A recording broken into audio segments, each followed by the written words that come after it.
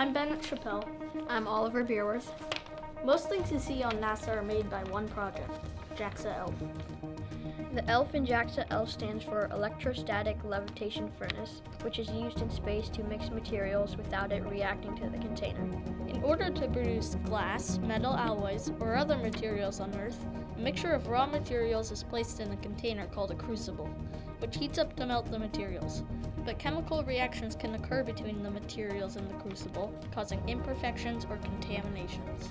The materials needed to build JAXA ELF are all high-tech machinery, like pressure sensors, a laser dampener, high voltage connectors, a camera, heating laser, oxygen sensor, and other materials.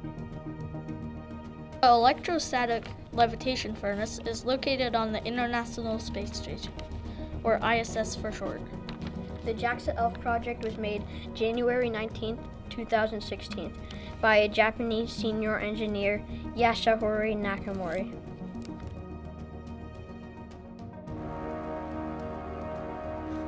Thanks for watching.